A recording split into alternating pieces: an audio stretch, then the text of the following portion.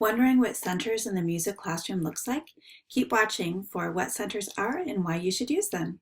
For music education tips and tricks, subscribe to my channel and hit the bell to be notified every week when I post a new video.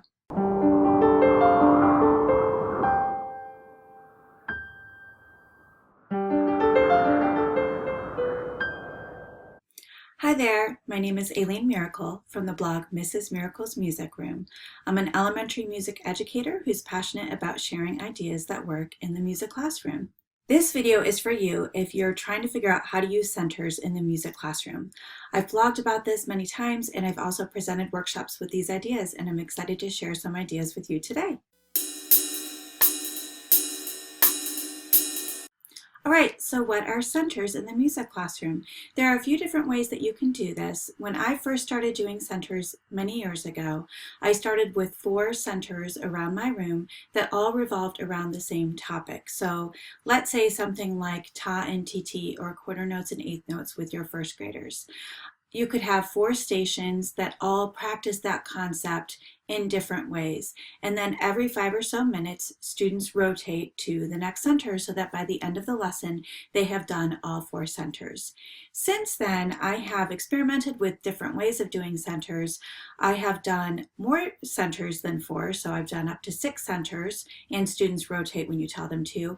I've also done centers where I have 6 centers and students are able to choose which centers they want to go to. And you could have some parameters around this, like maybe you tell them that they have to go to at least 3 of the centers during music class. And some students will go to all 6 and some students will just do 3, but that way they have voice and choice in what they do during the centers. There are a multitude of reasons for using centers that are really benefits for your students. So number 1 is I really feel, like I said, when you are giving students more voice and choice, you're helping to facilitate a more student-centered classroom. The second reason is that it can improve students' understanding in a short amount of time because you're really focused on just one concept instead of practicing a rhythmic concept and a melodic concept and maybe having students identify different instruments of the orchestra or whatever. You're really focused just on one concept during that lesson. The third reason for doing it is students are really able to help each other out, and you can kind of just stand back and watch them teach each other, which is a really awesome thing. The fourth reason that centers are great is it really provides time for assessment.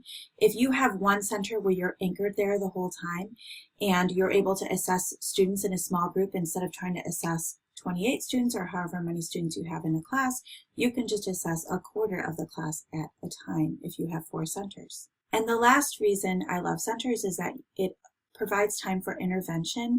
Sometimes you really need to work with students one-on-one to help them understand a concept better. And when you have a whole class that you're trying to teach all at once, that can be really difficult to have individual intervention. But if you have centers and all the students are actively engaged in something and you just pull one student at a time who's struggling with a concept and you're able to work with them one-on-one, not only can they improve their understanding, you can also get to know them better, which is great.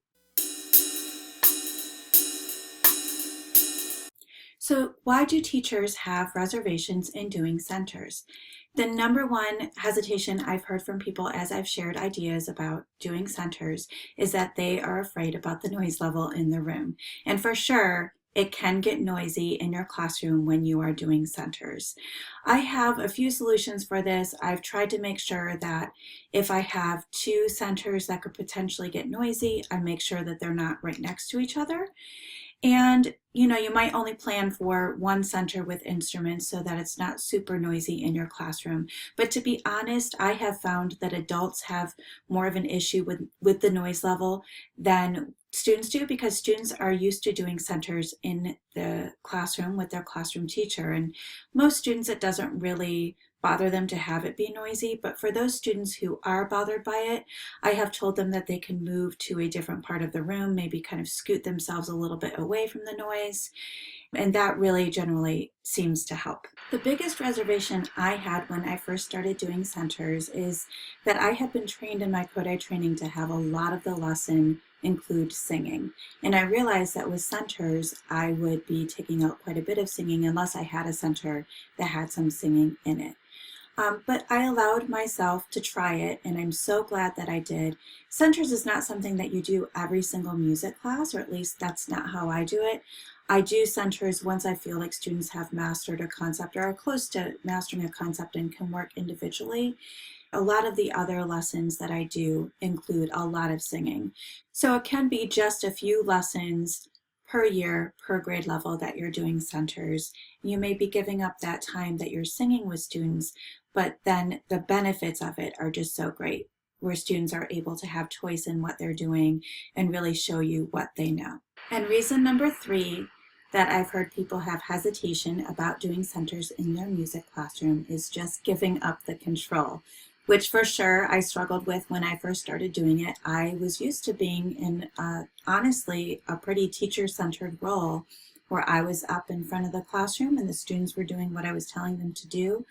But giving more control over to them is really so great for them. And they, like I said, will really be able to show you what they know so much more. And then you become the facilitator, and it's a really awesome thing.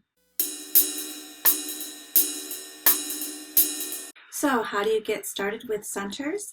I will leave a link below with some blog posts that you can check out about getting started with centers. But in my next video, I will be talking about specific examples for centers with first grade.